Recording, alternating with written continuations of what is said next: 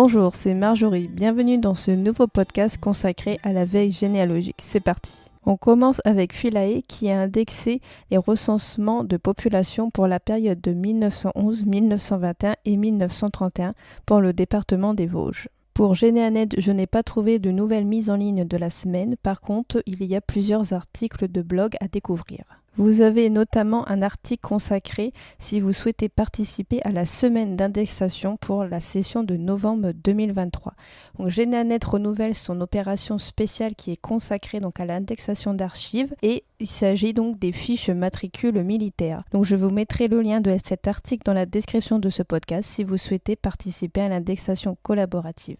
Un autre article qui va vous présenter toutes les ressources pour retrouver les soldats de la Grande Guerre. Donc vous pouvez le retrouver dans le blog. Je vais vous mettre aussi le lien de cet article dans la description de ce podcast afin que vous pouvez retrouver toutes les ressources nécessaires. Vous allez pouvoir aussi retrouver une nouvelle fonction créée par Généanet intitulée Les indices. Suivant leur article, donc les indices, ce sont donc des résultats qui vont être plus fiables et plus complets.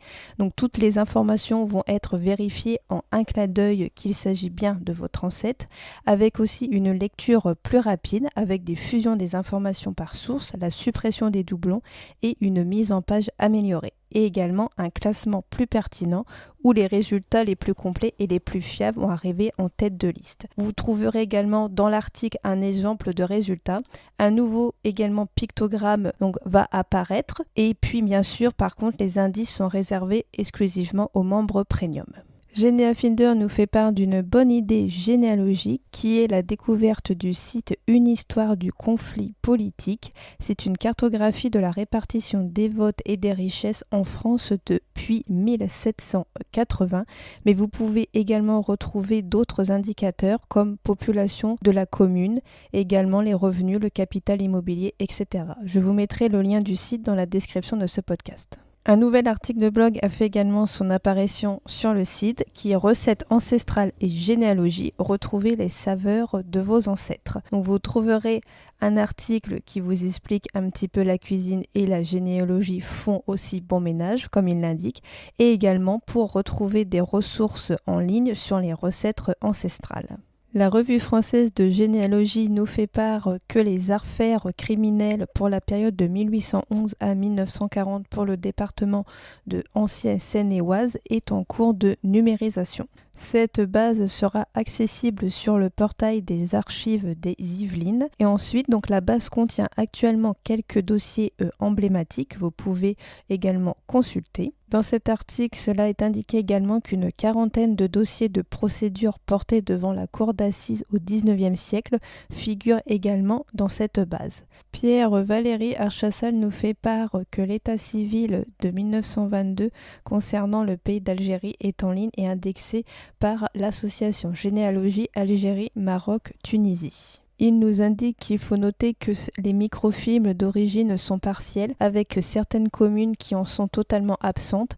Pour d'autres, une seule catégorie d'actes a pu être microfilmée puis numérisée, et pour la plupart des communes, il manque de nombreuses années.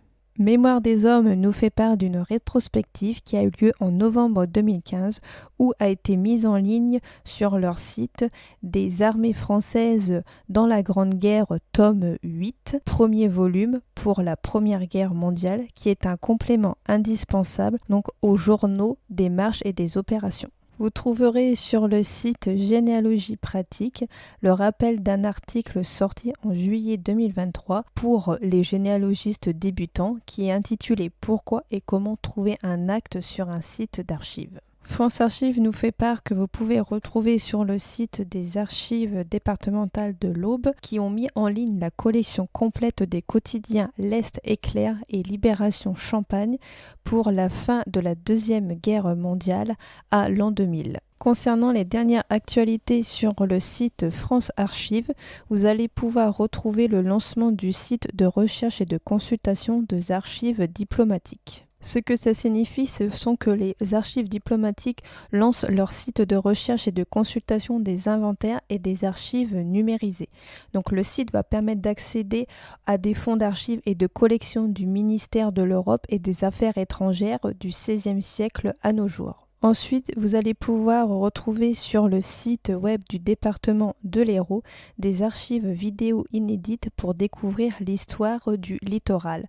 Donc c'est l'Institut national de l'audiovisuel et le département de l'Hérault qui propose une fresque numérique pour retracer 70 ans d'histoire du littoral héraultais à travers 150 vidéos. Les archives de la Haute-Garonne conservent les sacs à procès du Parlement de Toulouse du XVIIe au XVIIIe siècle. Donc ils sont accessibles sur le site web des archives de la Haute-Garonne à partir d'une base de données qui répertorie quelques 14 000 affaires. Ils sont aujourd'hui disponibles en open data sur le portail dédié du Conseil départemental de Haute-Garonne.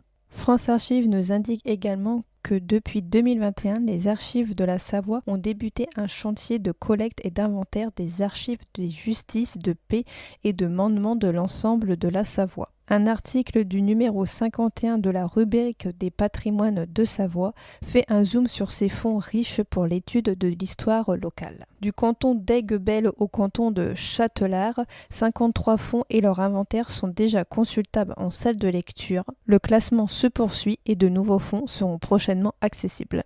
Vous pouvez également retrouver sur le site France Archives les différentes expositions qui ont lieu actuellement ou ceux à venir. Je vous remercie pour votre écoute. N'hésitez pas à me faire part de vos commentaires si besoin sur ma chaîne YouTube et à émettre des avis ou des étoiles sur les plateformes de podcast qui le permettent. Je vous remercie également pour vos écoutes. Ça me motive réellement et cela permet également de faire grandir ma chaîne. Et je vous dis à très vite pour un nouveau podcast généalogique.